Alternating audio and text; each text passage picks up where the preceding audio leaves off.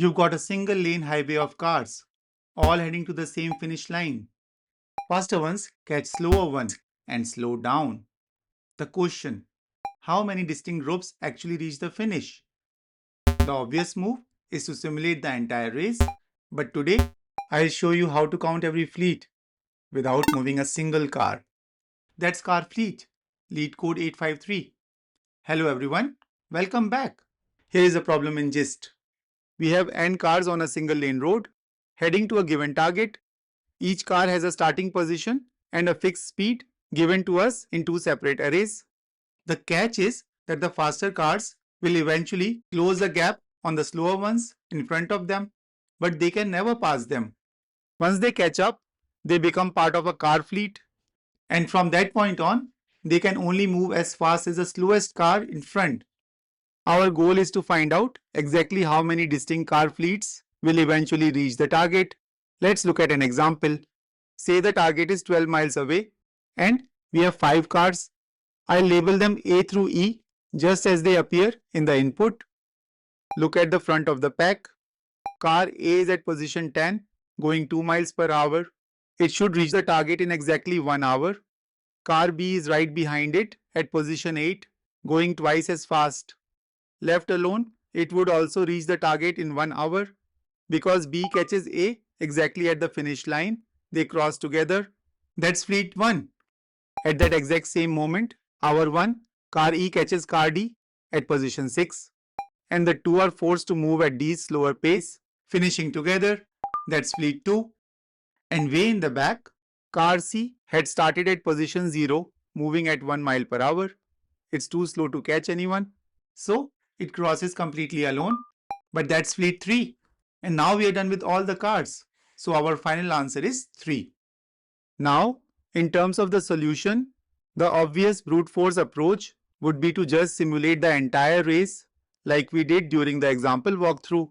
You take a clock forward, second by second, update the position of every single car, and the moment two cars hit the same spot, boom, you merge them. But that is a massive performance trap. If the target is a million miles away, running a second by second simulation will cause your code to time out instantly. So let's ditch the clock. Think about it. We don't need to track where the cars are every second. We only need to know exactly when they are going to cross the finish line. So let's start by looking at the cars closest to the finish line. Why? Because the cars in front dictate the pace for everyone behind them, as nobody can overtake. So let's sort the cars by their position in descending order. This way, we are basically walking backward from the finish line. But if we do that directly, we will lose track of the speed of the cars since they are given to us in two separate arrays. So before sorting, let's glue each car's position and speed into a pair and then do the sorting. Now, since car A is at the front, it starts its own fleet. But the question is, when can the cars behind it, like B, join that fleet? Your first instinct might be to just compare speeds. If the car behind is faster, it will catch up, right? Not always. A car can be much faster but start so far back that the slower car reaches the target first. To solve this, we need to capture both the speed and the distance in a single metric, and that is time to arrival, or TTA. A car can join the fleet ahead of it only if it has a shorter or equal time to arrival. We can calculate the arrival time instantly using the formula target minus position divided by the speed. For example, car A has arrival time of 12 minus 10 divided by 2 equal to 1 hour, and car B has a time to arrival of 12 minus 8 divided by 4, which is also 1 hour. Since the time match, they meet exactly at the finish line. But if B had a lower arrival time, it would mean a mid-road collision. In either way, once connected, the slower car dictates the speed. So the rule is this: if a car has a shorter or equal arrival time, it merges into the fleet ahead. If it has a longer arrival time, it becomes a brand new obstacle for the cars behind it. And here's where a stack is a perfect fit. Each car only cares about the obstacle directly in front of it. If it can't catch that one, that fleet physically blocks its path. it can never reach any fleet further up the road. So we only need to track the most recent bottleneck, and that bottleneck is the top of our stack. So starting with car A, its time to arrival is 1 hour. It's the first car, so it is a baseline bottleneck. We push its TTA 1 onto the stack.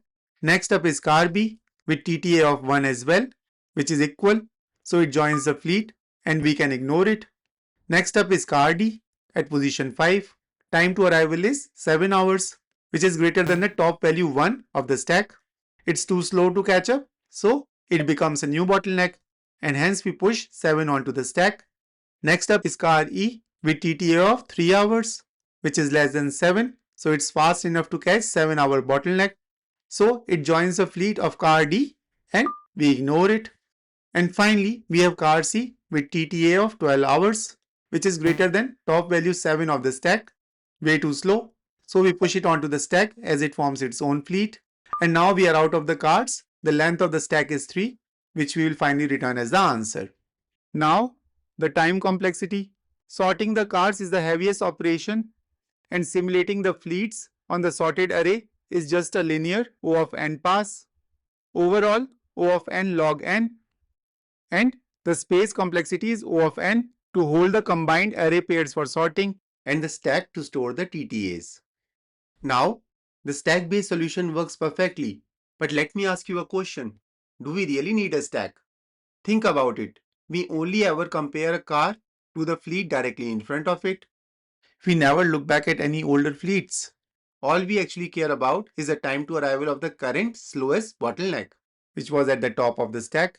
So why not we just use a variable for it? Let's call it maximum time. Now we can drop the stack, but we'll also need a variable to track the fleet count. And the rule stays the same. If the time to arrival of the current car is greater than the maximum time of the current fleet, then it is too slow to catch up.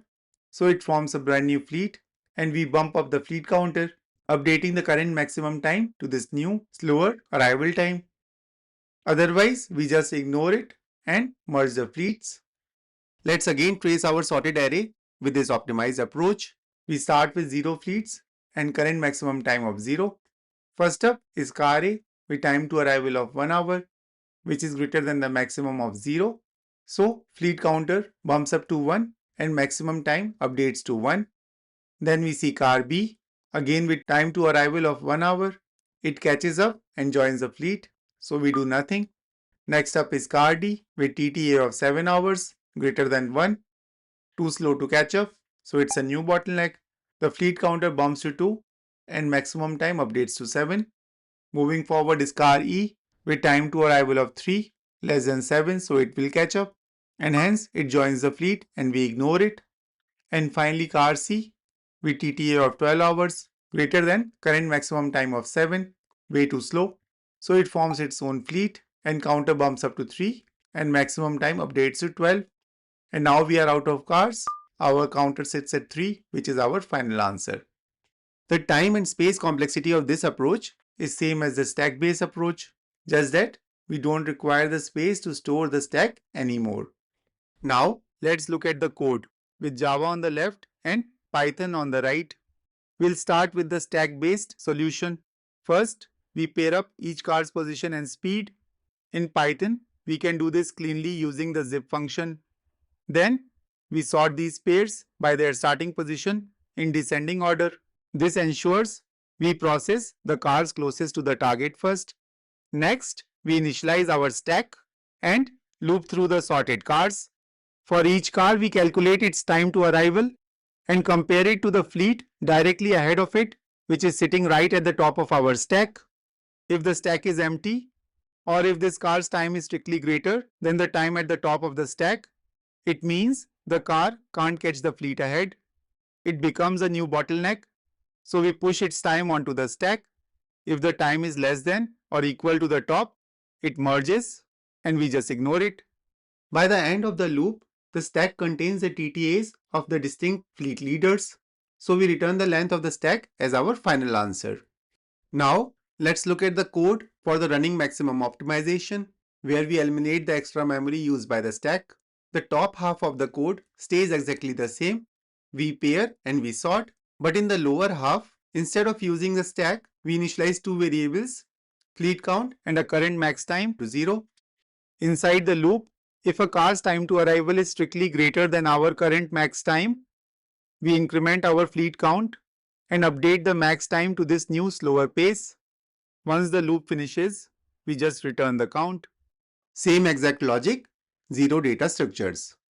So that's all for this video. I hope this video was useful to you. If it was, please give it a thumbs up and share it with others who might benefit from it. If you haven't subscribed the channel yet, make sure to hit the subscribe button and turn on the notification bell so that you never miss an update. Your support helps me create more content like this. If you have any questions or suggestions, feel free to leave them in the comments below. Thanks for watching and see you in the next one.